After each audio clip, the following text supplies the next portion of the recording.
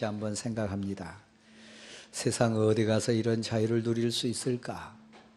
세상 어떤 공간, 어떤 만남 가운데에 우리 집에서 느끼는 평안함과 또 사랑하는 자녀들, 또 사랑하는 부모를 대한 것 같은 자연스러움이 있을까? 사실 없습니다. 그래서 여행을 가서도 항시하는 말이 빨리 집에 가고 싶다, 그런 얘기고, 또 누구를 만나든 어떤 일터에 있어서도 이제 집에 갈 시간 됐다 하면서 집을 그리워합니다. 그래서 이 세상에 있는 공동체 가운데 가장 완전하고 온전한 공동체가 어디냐 묻는다면, 내 부모가 계신, 우리 자녀들이 기다리는, 또 사랑하는 남편과 아내가 웃어주는 가정일 겁니다. 가정이 있다고 하는 것, 사랑하는 가족이 내 곁에 있다고 하는 것은 그래서 살아갈 이유가 되기도 하고 또 힘을 얻는 근거가 되기도 합니다. 사랑하는 우리 성도 여러분, 그런 의미에서 부모로 앉아 계신 여러분은 소중해요. 특히 자녀로 살아가는 여러분은 부모의 소망입니다. 남편도 아내도 그만큼 소중하고요. 지난 주간에 제가 일본에 다녀왔습니다. 일본 우리보다 잘 사는 나라잖아요. 가는 곳마다 깨끗하고 또 좋은 자연 환경들, 왜 그리 나무가 그렇게 울창하고 좋은지 사실 많이 부러웠습니다. 근데 그 일본에 두려움이라고 하는 그늘이 들여져 있어요. 화산이 자주 폭발하거나 지진이 일어나거나 또 여러 경제 지수가 오르락내리락 해서 느끼는 그런 불안의 그늘, 사실이지만 그보다 더 무서운, 더 두려워하는 일본의 그늘이 있어요. 그게 뭐냐면 인구 절벽입니다. 노인 인구가 너무 많아요. 반면에 젊은이들이 줄어요. 특별히 유소년이라고 하는 어린 아이들 태어나는 숫자가 급감해요. 그래서 인구 절벽이라고 하는 이 두려움이 일본을 화산보다도 지진보다도 더 무섭게 만들고 있어요. 이 이야기는 단순히 일본에 대한 이야기만은 아닙니다. 우리나라도 똑같은 이 절벽이라고 하는 인구 감소에 지금 환경을 맞고 있습니다. 그 젊으신 우리 성도 여러분, 아이 많이 낳으세요. 이건 최고의 애국이고 최고의 인류에 대한 소망, 사명입니다. 세상 어느 곳에서 찾아올 수 없는 평화, 자유함, 그리고 사랑이라고 하는 공동체인 가족의 사실 그 가치를 뭘로 다 표현합니까? 내 삶의 근원이고 내 인생의 사실 전부와도 마찬가지인 이 가족이라고 하는 공동체가 가장 아름답고 행복이라고 하는 공동체로 이렇게 어울려가는 그 비결 가운데 하나는 고도의 질서입니다. 그죠? 사랑하는 성도 여러분, 오늘 뉴스에도 보니까 세상 사람들이 제일 가고 싶어하고 많은 신혼 여행지로 꼽히는 1순위 많이 나오는 것이 하와이입니다. 근데 오늘도 하와이에 용암이 분출해가지고 막 몇천 미터를 솟았다.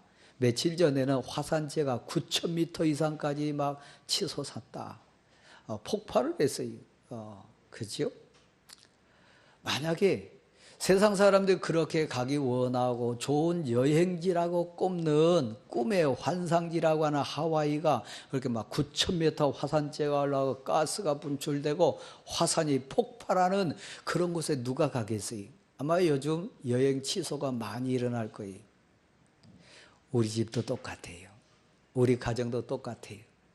그렇게 사람들이 부러워하고 좋다고 여기는 우리 집이지만 어머니가 폭발하면 아버지 분노가 폭발해가지고 화산이 막 폭발하는 것처럼 그렇다면 그 집에 누가 살고 싶겠어요? 아들도 딸도 도망갈 거예요.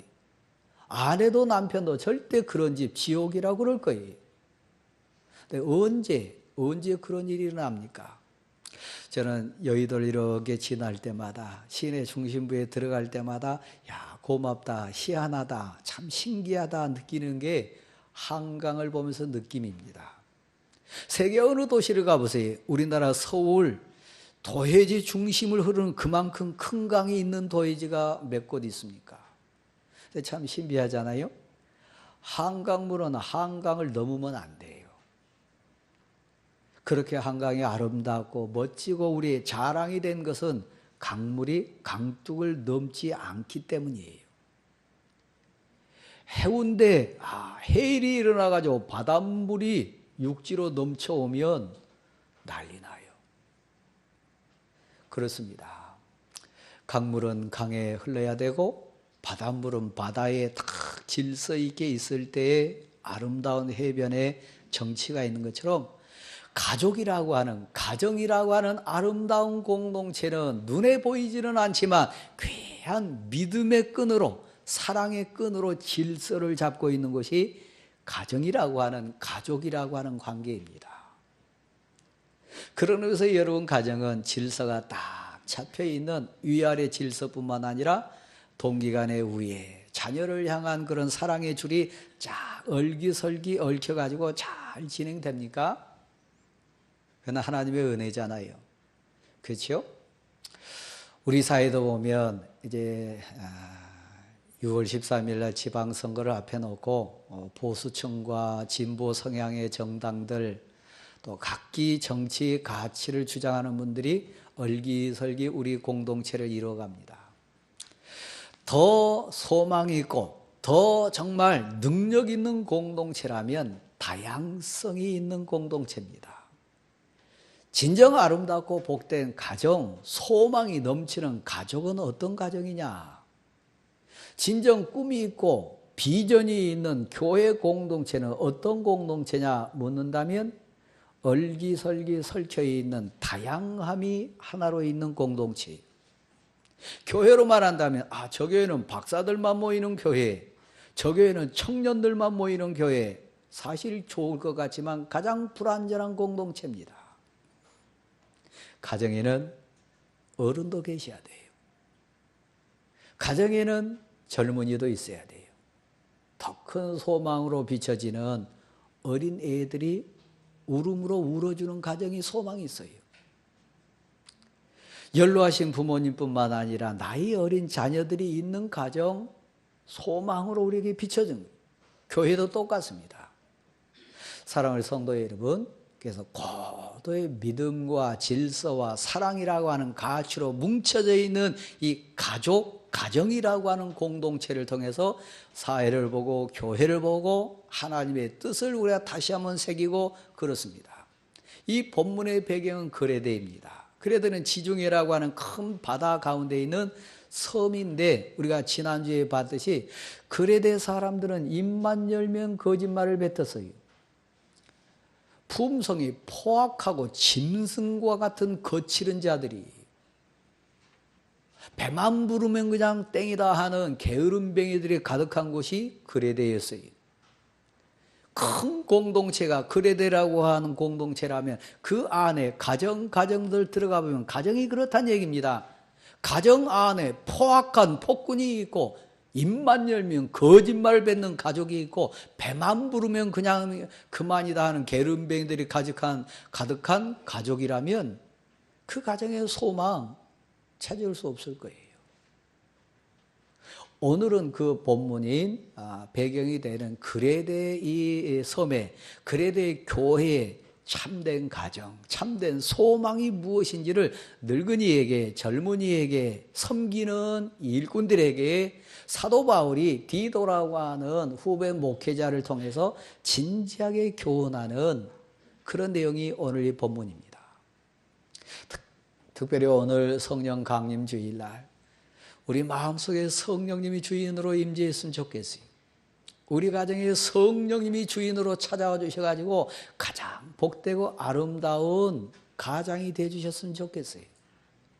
우리들 자녀에게 성령이 임해가지고 꿈이 막 꿈틀거리는 우리 아들, 딸들이 웃음으로 막 가정을 채웠으면 좋겠어요.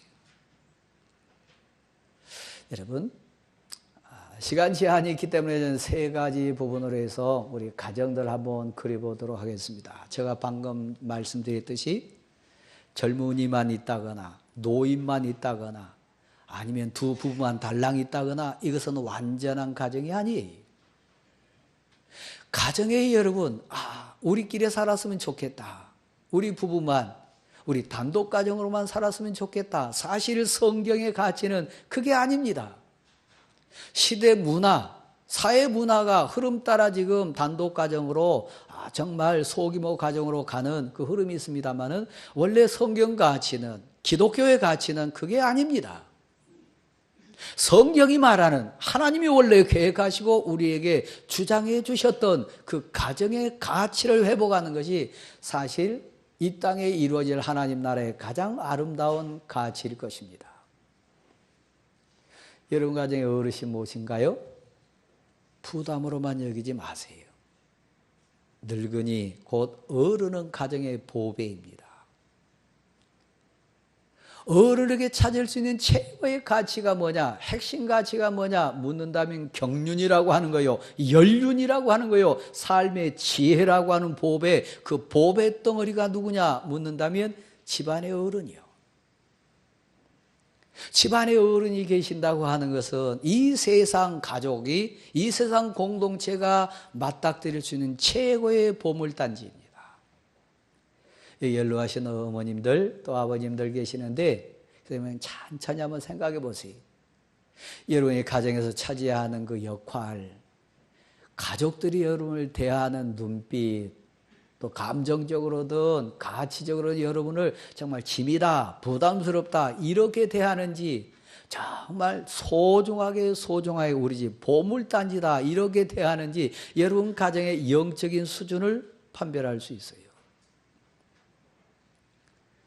요즘 아파트 이름들이 하도 이상하게 되고 비밀번호 키가 자주 바뀌고 그래서 눈물 흘리는 부모님들 많이 계시다고 하는데, 여기 앉아 계신 사랑하는 대왕교회 성도 여러분, 우리는 하나님의 백성입니다. 하늘 가치 따라 행복을 논하는 자들입니다. 성경 가치에 행복이 있다고 우리 믿는 자들입니다. 세상이 아무리 거꾸로 가고 세상이 아무리 뒤바뀐 가치로 흐른다 할지라도 성경 가치를 붙들고 하나님을 경배해야 될 신앙 고백체가 교회 공동체입니다. 성경은 어른들을 이렇게 표현해요. 보배라고 표현합니다. 그렇다면 여러분, 가정의 어른들의 가치는 뭘까요? 어른들의 역할은 뭘까요? 제가 경륜, 연륜, 지혜라고 있습니다. 창세기 13장 혹시 여러분 내용을 아시는지 모르겠습니다. 거기 가보면 어른의 역할이 뭔지, 어른의 능력이 뭔지, 어른이 이 공동체와 만남 속에 어떤 그런 역할을 해야 되는지 가장 잘 보여주는 것이 창세기 13장에 나오는 어른의 입장입니다. 아브라함이 등장합니다. 상대적으로 젊은이 된 조카 롯이 나옵니다. 어른된 입장에서 아브라함은 여유가 있어요. 조카를 다 품어낼 수 있는 넓은 마음이 있어요. 그 여유는 어디서 온 걸까요? 조카를 품어낼 수 있는 그 힘은 어디서 생긴 것일까요? 그리고 결정적인 순간에 조카를 뛰어넘고 세상 가치를 뛰어넘는 어른으로서의 그 중심을 잡는 그 역할은 무엇에서부터 출발할까요? 산전수전 다 겪어보셨잖아요. 그 가운데 우리가 아는 거, 이것도 해봤고 저것도 해봤고, 그런데 내가 삶을 통해서 내 경륜으로, 인생 연륜으로 내가 깨달은 것, 아는 것, 내 삶으로 교훈 삼은 것 있는데 그게 뭐라고 얘기합니까? 롯을 향해서 이렇게 교훈합니다. 너가 오른쪽으로 갈래? 그럼 나 왼쪽으로 갈게. 너 왼쪽을 선택하고 싶냐? 그럼 나 오른쪽을 선택할게. 저쪽에 있는 소돔과 고모라가 더 귀하게 보이냐? 그럼 너 그쪽 선택해라. 나는 반대 선택하려 한다. 한없이 여유로움이 보입니다.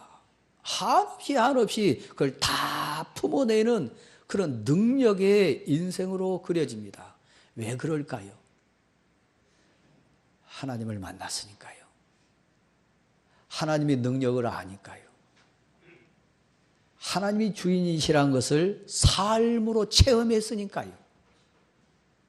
너가 좌하라, 그럼 난 우하리라. 반대로 너가 우할래, 그럼 난 좌하리라. 어느 곳에 가도 그곳에 내가 믿는, 나를 이곳까지 인도하시는 내 인생의 주인 되신 하나님이 더 많이 채우실 거고 동행해 주실 거고 하나님이 내 힘이 되어 주실 것이다. 여기까지 나를 인도하신 하나님이 앞으로도 내 인생의 주인 되어 주실 것이다. 환경은 바뀌어도 삶은 이렇게 선택한다 할지라도 분명한 것은 나는 하나님의 사람이라, 하나님이 내 편이시라, 그 고백이 있기 때문이에요. 누가 어른입니까? 누가 경륜자고 누가 연륜이 쌓인 지혜자입니까? 세상 지혜는 한계가 분명해요. 세상 지식은 분명해요. 그러나 그 환경과 모든 배경을 뛰어넘는 영원한 가치, 하늘의 가치, 전능하시는 하나님을 만난 자는 세상 모든 지혜와 지식을 뛰어넘는 능력이 그 안에 있습니다. 여러분 암송하신지 모르겠어요. 오직 성령이 너희에게 임하시면 너희가 권능을 받고, 그렇게 되어 있습니다. 아브라함의 능력은 위로부터 임하는 하나님의 임재의 능력이었어요. 아브라함의 경륜의 핵심은 하나님이 함께 하심이었어요. 아브라함이 그렇게 여유를 부릴 수 있는 힘은 다른 데 있지 않고요, 하나님 앞에 있는 자신을 봤을 때예요. 그러므로 어르신 여러분, 불안해하지 마세요. 연로하신 어르신 여러분, 두려워하지 마세요. 하나님을 믿으십니까? 예수 그리스도를 믿으세요. 여기까지 함께 하시는 하나님을 신뢰하고 오셨습니까? 앞으로도 예배해 주실 줄 믿습니다. 그 믿음의 여유를 가지고 있는 사람, 어른이요, 노인이요, 늙은이요, 생물학적인 나이는 많이 먹었으나 늙었으나 하나님이 없는 인생이라면 사실 어른 아닙니다. 인생을 교훈할 힘이 없으니까요. 참된 지혜를 말할 수 있는 지혜가 없으니까요. 그러므로 여기 앞에 앉아 계신 우리 어르신들은 친정 가정의 보배고 우리 교회의 보배가 되시고 우리 인생사의 가장 보물단지인 여러분인 것을 자긍심을 가지고 고백할 수 있는 분 되시기를 바랍니다. 사실 그래요. 제가 한 것 더 예를 들어볼까요? 그 다음 장에 있는 출애굽기 17장을 가보면 이런 내용이 나옵니다. 어른의 가치, 하나님을 만난 자의 능력, 집안의 어르신의 그 핵심 가치가 뭔지를 얘기합니다. 사실 젊은이가 일한 것 같고 젊은이가 싸운 것 같지만 사실은 젊은이가 싸운 게 아니에요. 느비딘 골짜기라고 하는 삶의 현장에 이스라엘과 저 아말렉이 전쟁을 하고 있습니다. 그때 산 위에 올라간 세 사람이 있어요. 그 공동체의 어른이요. 여러분 아들과 며느리와 손주들이 저 치열한 세상 전쟁터에 나가 있다면 여기 앉아 계신 어르신 여러분이 올라가야 될 곳이 있어요. 손을 들어야 될 부분이 있어요. 모세, 아론, 훌 세 사람이 산에 올라갑니다. 뭐 하러요? 어른의 역할을 감당하기 위해서요. 이 공동체에 내 역할이 있기 때문에요. 모세가 손을 듭니다. 아론이 따라 손을 듭니다. 훌도 손을 듭니다. 그들이 한 것 다른 거 아닙니다. 하늘을 향하여 입을 여는 거요. 하늘의 하나님께 능력을 구하는 거요. 하나님, 우리 자손들이, 우리 젊은이들이 지금 저 느비든 골짜기에서 싸우고 있습니다. 능력이 되신 하나님, 이 공동체의 인도자가 되신 하나님, 역사하소서, 도우소서, 하나님이여 임재해 주셔서 저들을 보호하소서. 기도의 손을 들어서요. 그럴 때 여러분, 전쟁이 단순히 여호수아의 능력에 의해서 결판납니까? 아니요. 어른된 삶의 경륜과 신앙의 능력을 소유한 기도의 용사 모세와 아론과 훌의 기도의 손에 의해서 그 전쟁이 결정되고 있어요. 그러므로 이곳에 나오신 여러분, 사랑하는 자녀들을 가슴에 안고 사랑 후대들을 가슴에 안고 여러분이 기도의 자리에 나오셨다면 어르신 여러분의 기도에 의해서 삶의 현장에서 우리 자녀들이 이길 줄 믿습니다. 어른의 가치요. 이 어른들은요, 하루아침에 이루어진 하나님의 작품이 아닙니다. 한순간의 인생 경륜과 연륜으로 쌓인 인생이 아닙니다. 일생을 통해서 엑기스화된 가치를 가슴에 담고 있는 인생입니다. 그래서 모함하지 않아도 자연스럽게 자기 가치가 드러난 인생이요.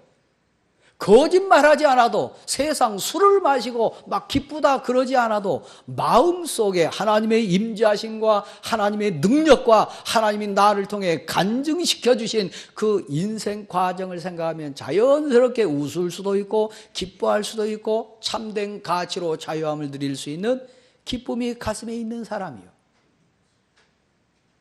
세상 술 즐기지 않아도 세상 사람들처럼 나 가치를 높이기 위해서 막 다른 사람 모함하지 않아도 하나님의 은혜와 하나님의 사랑이 자신을 드러내게 해 주실 것이고 참된 자유함으로 우리 어르신들을 이끌어 주실 줄 믿습니다.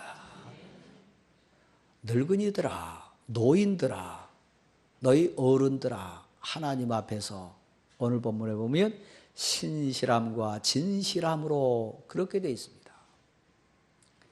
가정에는 그래서 이 어른이 꼭 필요합니다.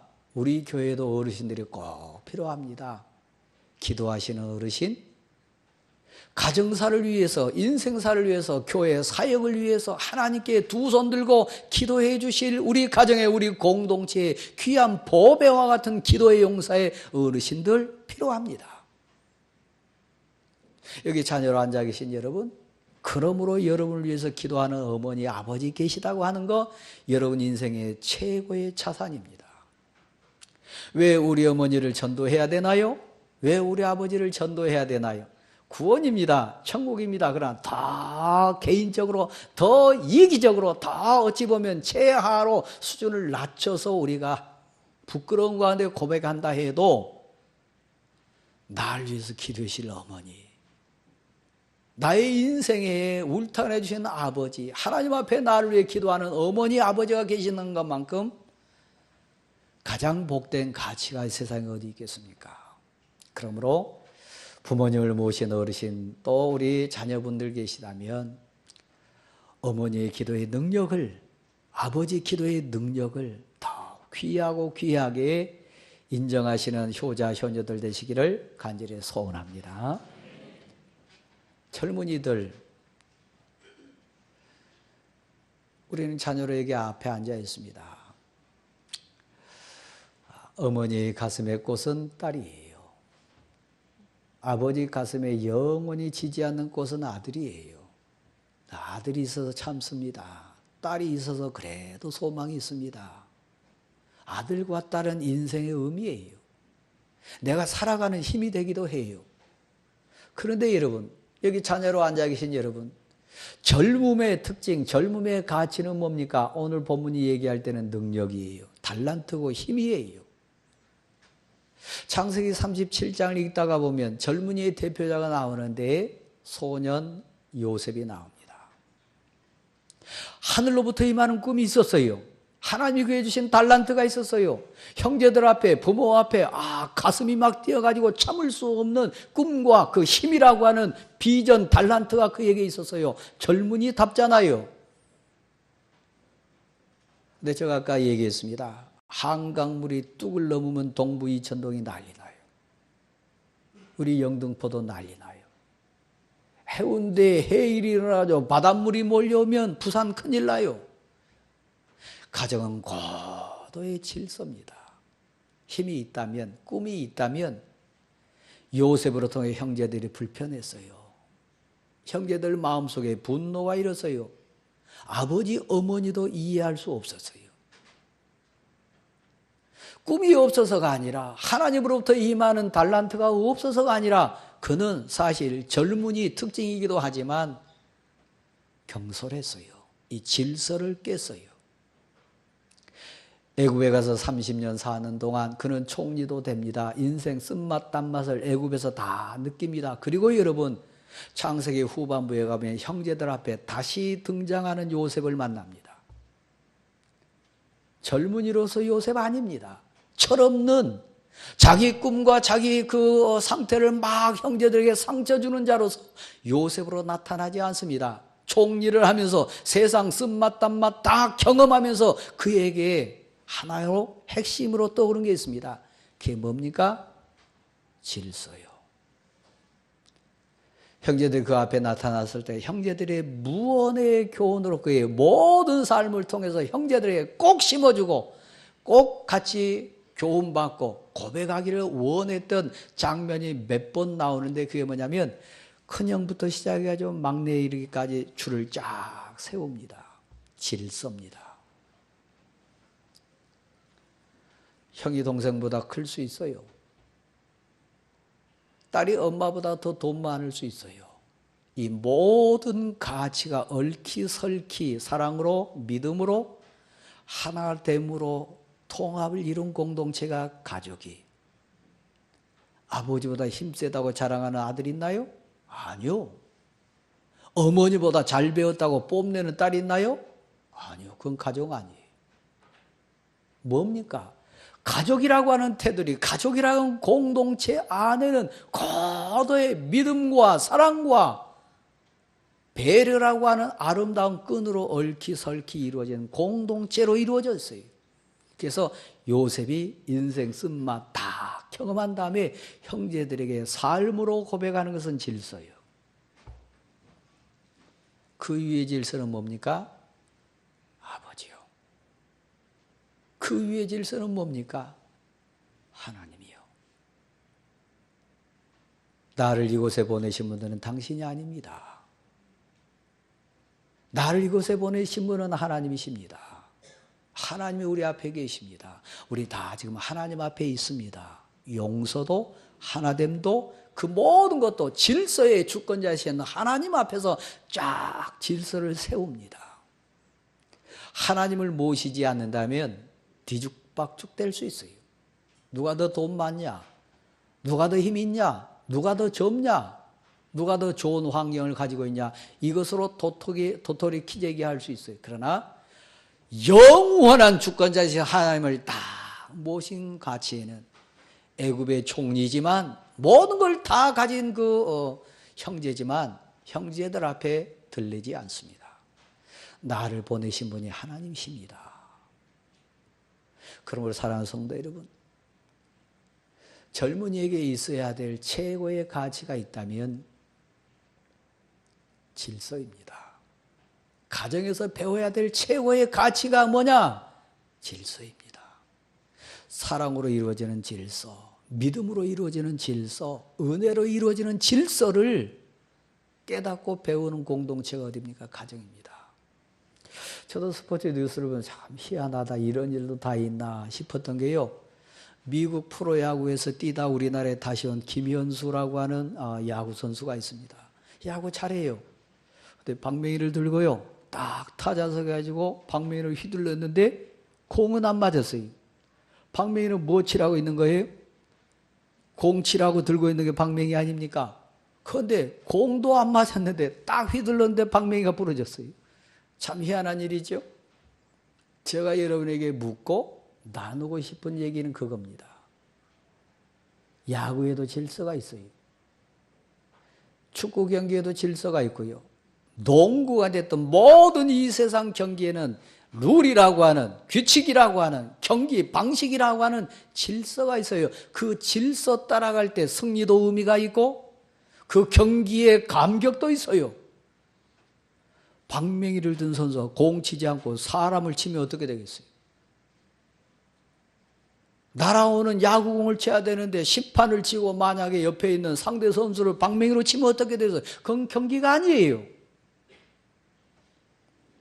우리는 인생 경기를 해갑니다. 고도의 질서, 고도의 질서, 믿음의 질서, 사랑의 질서, 누가 성숙한 사람이고 누가 행복을 꾸릴 수 있는 가족으로서 의미 있는 사람인가, 이 믿음과 사랑과 은혜의 질서를 정확하게 지킬 수 있는 사람이요. 여러분 자녀에게, 여러분 가정에서 배워야 되고 가르쳐야 되고 확립해야 될 부분이 있다면 이 은혜와 믿음의 질서 배우는 일입니다. 누구를 모셨을 때 가능하다고요? 하나님이 계실 때, 하나님 은혜 안에 있을 때 온전한 질서에 순종할 수 있는 우리들 될 줄 믿습니다. 한 가지만 우리 같이 한번 나누기를 원합니다. 어느 공동체나 어느 삶의 현장에는 일하는 자가 있습니다. 오늘 성경 본문에 보면 섬기는 자 그렇게 표현합니다. 섬기는 자의 핵심 가치는 막 투덜거리면서 일을 한다거나 가식적으로 일을 한다거나 불편함이 막 부글부글 끓어가지고 일하면 감동 안 됩니다. 가족 앞에서도 마찬가지요. 부모 때문에 나 고생한다고, 아들, 딸 때문에 내가 정말 내 인생 다 허비한다고 불평하고 원망하면 이미 사랑의 관계는 깨집니다. 일하되 기쁨과 신실함과 그리고 감사로 불평하지 말고 일할지니라 이렇게 되어 있습니다. 오늘 우리가 함께 봐야 될 또 한 가지가 있어요. 그게 뭐냐면 앞을 보실랍니까?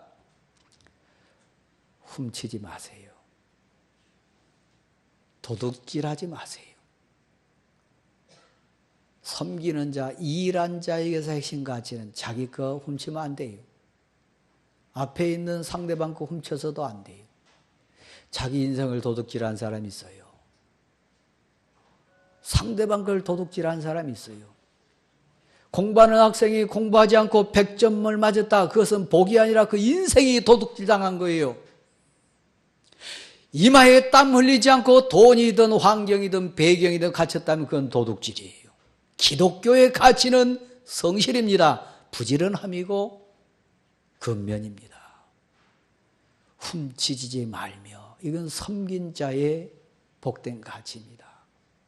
좀 환경이 어렵고 시간이 긴다 할지라도 최선을 다해서 이마에 땀 흘리고 손이 움직이고 발이 움직여서 성실하게 열심으로 근실하게 일한다면 그 인생 소망이 있어요. 그럼 오늘 이 본문은 얘기합니다. 섬기는 자에게 훔치지 말며 그렇게 돼 있습니다.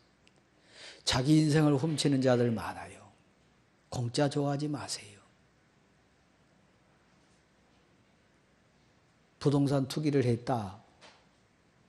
주식 투기를 했다. 이것은 기독교 가치 사실 아닙니다.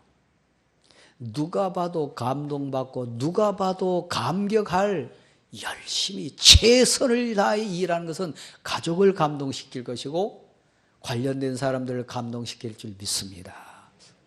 그러므로 사랑하는 성도 여러분, 오늘 우리는 가족의 최고의 꿈이 뭐냐 묻는다면 오늘 본문성에 세 가지를 얘기합니다. 거룩한 소망이 있어요. 하나님의 영광이 드러나는 꿈이 있어요. 그래서 설렘과 기대 가운데 기다리는 이 꿈이 있어요. 자라가는 자녀를 보면서 부모님의 인생의 열매를 그려보면서 5년 후에 10년 후에 우리 가정의 열매는 어떻게 될까? 이 아이가 이뤄낼 열매는 무엇일까? 우리 어머니 아버지 인생 열매는 어떻게 탐스러울까? 거룩하고 설렘 가운데 꿈꾸는 가정의 열매가 있어요. 우리 주님도 이 귀한 소망 가운데 우리를 하나님의 백성 되게 만드셨어요. 가족의 최고의 소원이 뭐라고요? 우리 딸이, 우리 아들이, 우리 어머니가 하나님의 거룩한 백성으로 충만한 거예요. 우리를 통해서 하나님의 영광이 많이 드러난 우리 모두가 될 수 있기를 간절히 소원합니다. 그러므로 사랑하는 성도 여러분, 다시 한번 제가 얘기합니다. 가정은 이 세상에 이룰 수 있는 최고의 가치예요. 딸이 있어야 아들이 있어야 부모님이 계시고 사랑하는 자녀가 있고 부부 남편이 있어야 완전한 공동체.